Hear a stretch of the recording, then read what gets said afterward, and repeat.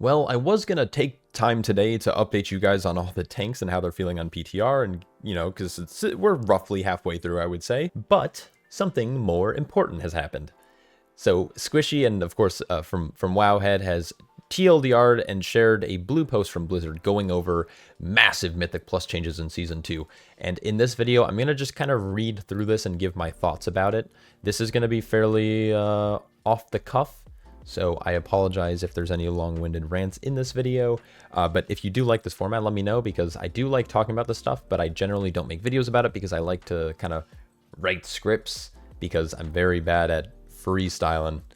Anyways, let's, I guess, just dive into it. Really quick, I will leave this down below if you are interested in reading it on your own time. There's some good stuff here. I'm going to read through most of it. I might skip around a little bit, but we are seeing everything from rewards being upgraded.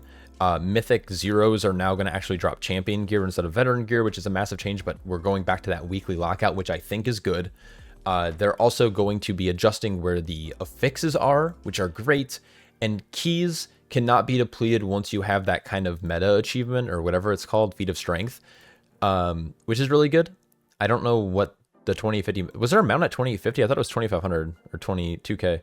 It doesn't matter. Basically, if you complete all the keys at like a plus 12, keys cannot deplete below that. And same thing with, like, if you time all 13s, keys can't deplete past 13. I guess they say that somewhere down here with Keystone Legend. But anyways, let's get into it. We're rolling out some changes in Mythic Plus with the release of the War Within Season 2 and wanted to share a few more insights on what you can expect to see when those changes arrive on the public test realm. For the record, I'm going to probably paraphrase a little bit here because that's how my brain works, and I'm really bad at reading. Over the course of the War Within Season 1, the development team has received extensive feedback on Mythic Dungeons, much of which revolved around frustrations, especially in trying to progress through the system primarily in pickup groups. I guess like pugs. Common areas of criticism have included the sense that players were faced with too many mechanics at once, that failure was too punishing, that rewards felt insufficient for challenges and effort required, and that it could be hard for many players to find groups as the community gravitated towards meta specs to help cope with these difficulties. We have already approached our Season 2 dungeon rollout on the PTR and ongoing tuning with an eye towards addressing mechanical issues. This includes cast times on critical enemy spells have been significantly increased, tank damage spikes reduced in magnitude or given better telegraphs, the overall number of threats in an average pack of enemies has been reduced, and more. I want to stop here and just kind of quickly break some of this stuff down. Blizzard is basically saying, we recognize that there are a lot of issues in Mythic Plus, and we're going to talk about this in a little bit, but basically, with current reward structures in the game, from crafting to catch-up gear from the Siren Isles to delves, these systems have basically allowed people to skip over the earlier breadth of keys all the way up till 7s, and they're jumping in without being able to learn the mechanics, which can be frustrating and punishing because of the death timer. And because of this, it's making people be a little bit more wary of who they bring. They want to bring people who have already timed the key, or they want to bring, like Blizzard said, the meta specs.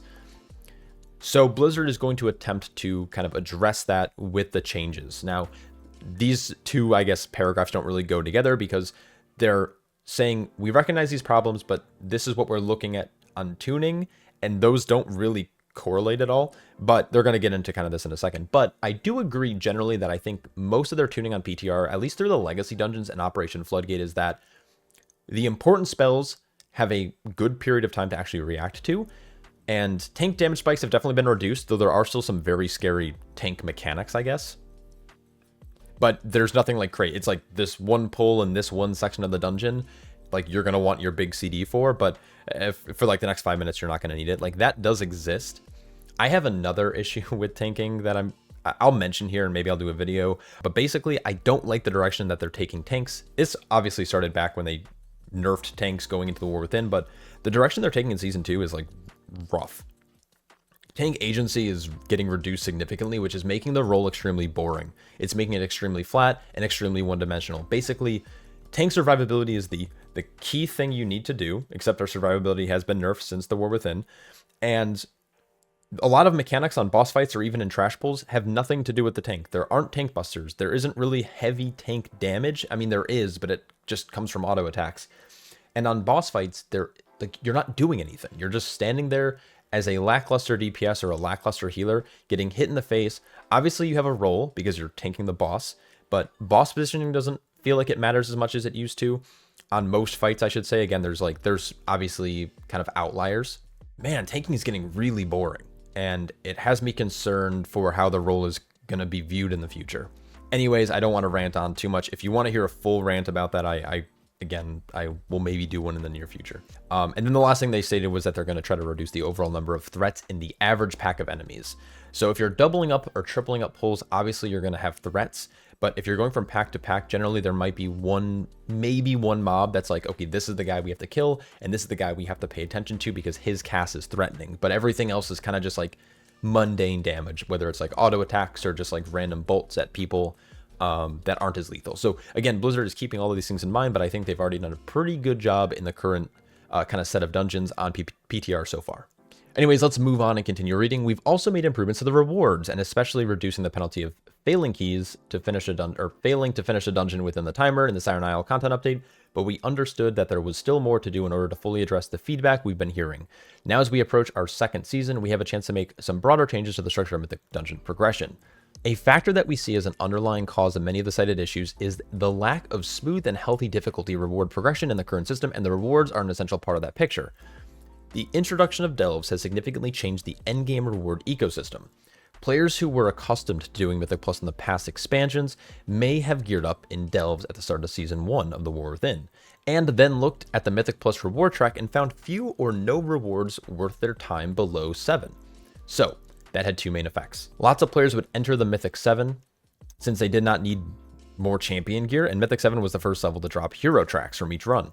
However, often these players frankly lacked the dungeon experience required to succeed at that level, dealing with a 77% bonus to enemy health and damage, on top of Challenger's Peril making deaths more costly, was never designed to be an environment to which to learn mechanics for the first time, and yet many players ended up doing just that. This heavily impacted success rates, led to a sense of inconsistency from group to group, and made many players more wary and more selective in filling their groups for keys. Meanwhile, keys in the 2 to 6 range had a shallow applicant pool, especially past the first few weeks of the season. This meant that even players who tried to start at a lower difficulty level in order to build up the experience to succeed at 7s also had a hard time finding and forming groups, experiencing many of the same frustrations. I can't really speak on this too much because I stopped doing like low keys a long time ago, and even when I do have a new character, I'm generally in a group with guildies or friends that are able to just jump into 10s, and then once I have enough of those under my belt playing with my friend group, I will then go and pug, and I will pug 10s, and it's fine. I did a 0 to hero challenge that I've yet to actually edit yet, or really finish editing, but basically my experience there was that maybe it's because I did it a couple months ago at this point.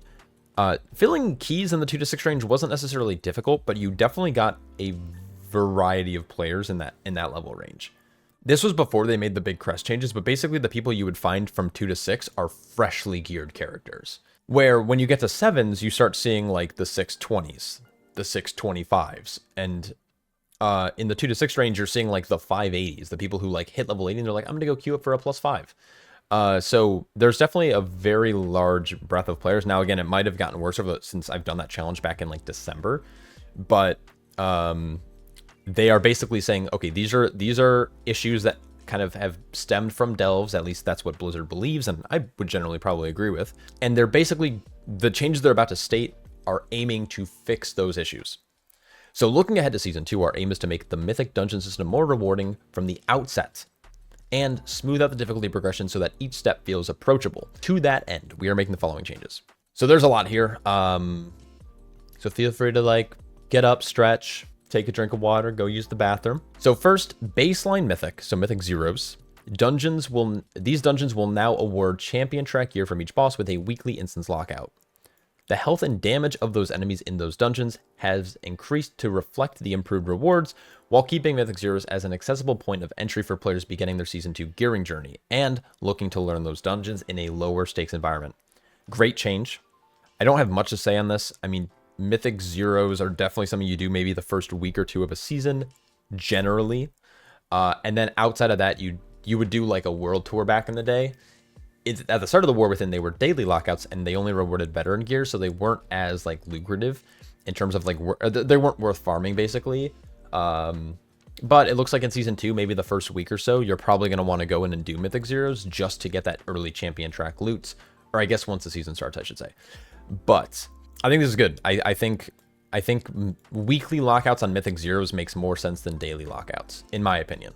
From Mythic 2 to Mythic 10, each new level will now increase health and damage by 7%, down from 10. Per level scaling will remain at 10% from Mythic 11 and onwards. This might be a slight typo, or they got this chart wrong because the jump from...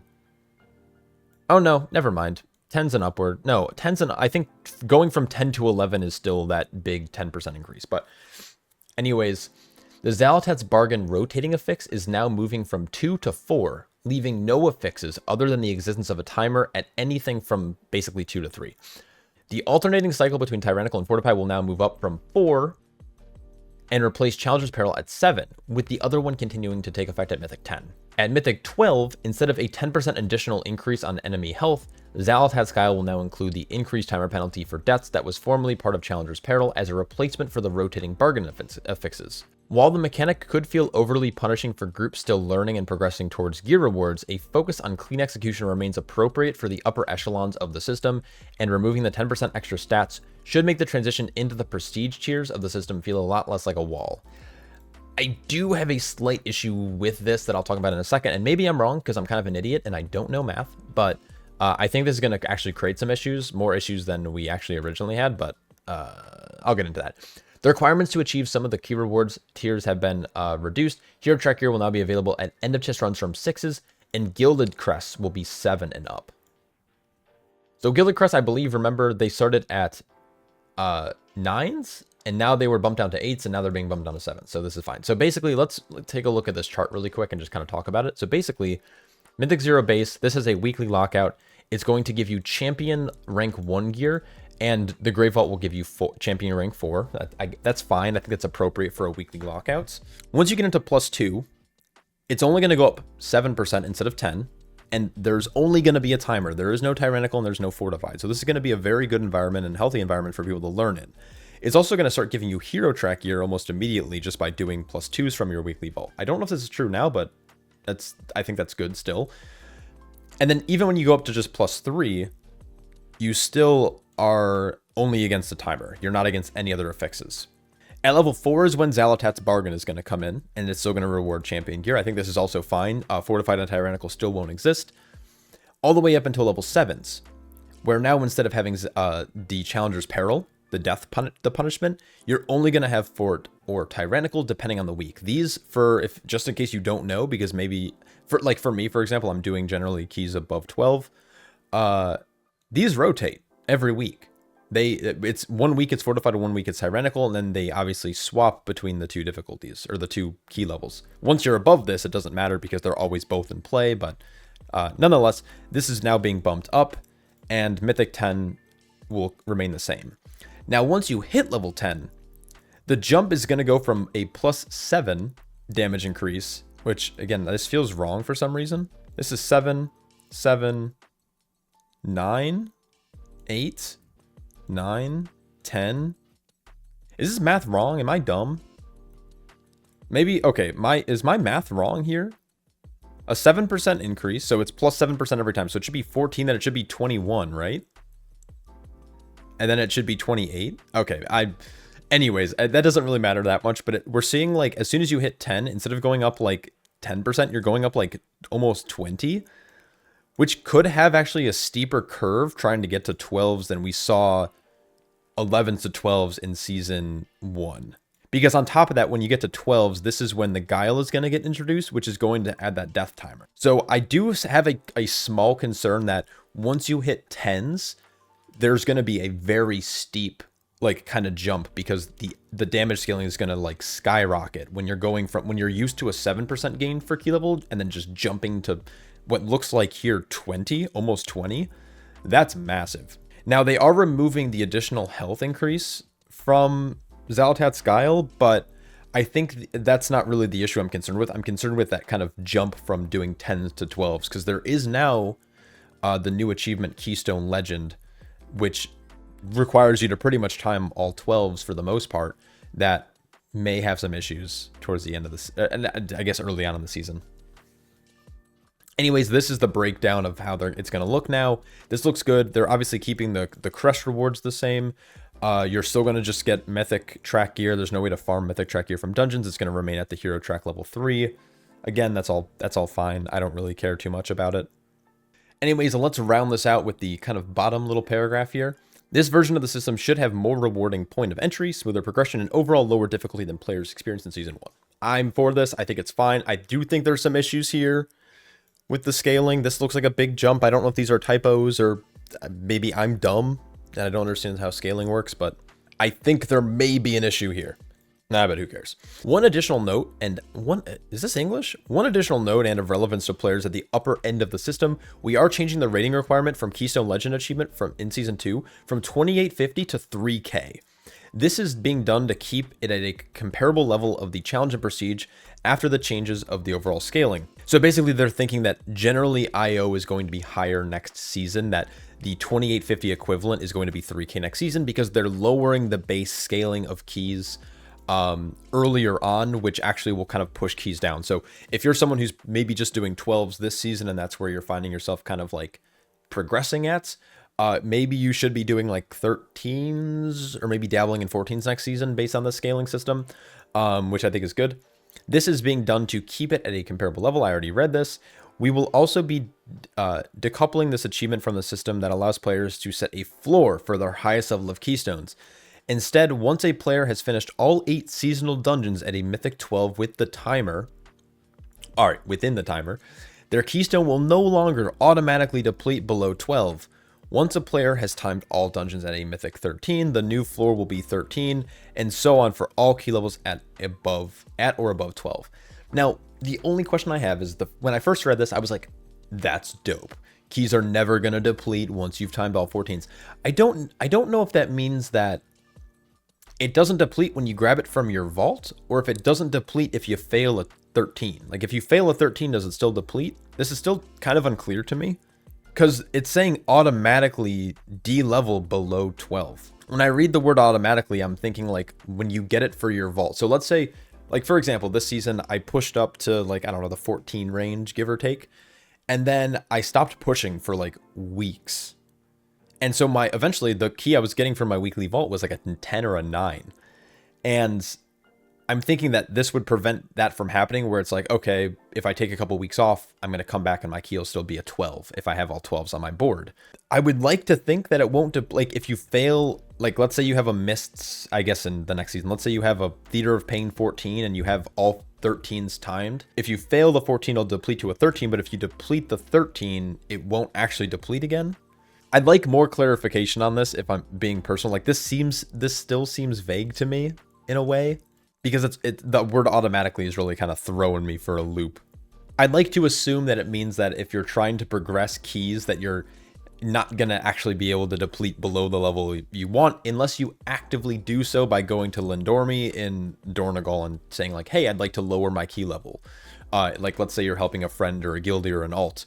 I guess not an alt, but you're helping a friend do a lower key for their weekly chest or something like that, or weekly vault, weekly chest. Holy shit, some BFA boomer shit coming out, yeah.